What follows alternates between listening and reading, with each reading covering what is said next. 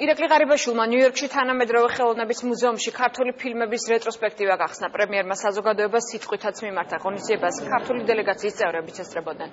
კიდევ ჩვენება ნიკოლოზ შენგელაის ფილმით გაიხსნა, აჩვენეს ელისო პროექტის ფარგლებში სულ 45 ქართული სურათის ჩვენება იგეგმება. დამოკიდებელი ერი თვითმყოფადი ფილმოგრაფიით ამ სათაურით კი სტატია ნიუ-იორკ თაიმსმა გამოაქვეყნა.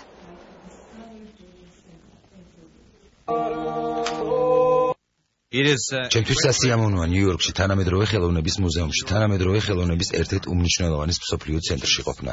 ჩემთვის საპატიოა თქვენ წინაშე გამოსვლა ქართული ფილმების ფესტივალის აღმომაჩინოთ ქართული კინემატოგრაფია გახსნის ცერემონიაზე.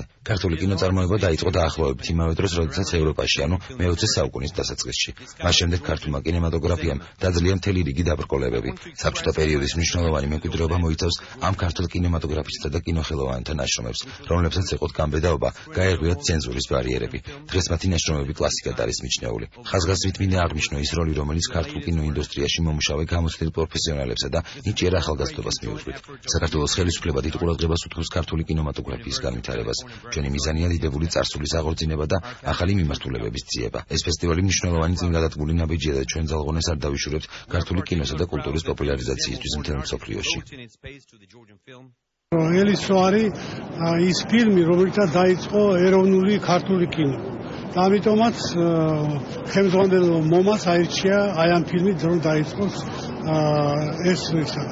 შემდეგ დღეს იქნება ფიროსმანი და ცისფერი მთები. და მერე უკვე მიყვება სხვა ფილმები, ლანაღაღობელის ფილმები იქნება ჩემო ბატონო და სხვები და ეს გაგრძელდება რამდენიმე წელს. დარწმუნებული ვარ, რომ ძალიან დიდი ინტერესი გამოიწვევს, რომ შთაბეჭდილებები იქნება და გამოხმაურება მხოლოდ პოზიტიური, იმიტომ რომ ძალიან ბევრ ადამიანს ვესაუბრე უკვე აქ მომაშე და ყველა ძალიან დიდი ენთუზიაზმით არის განწყობილი, ძალიან ისეთი პოზიტიური მუხტი მოდის ყველასგან.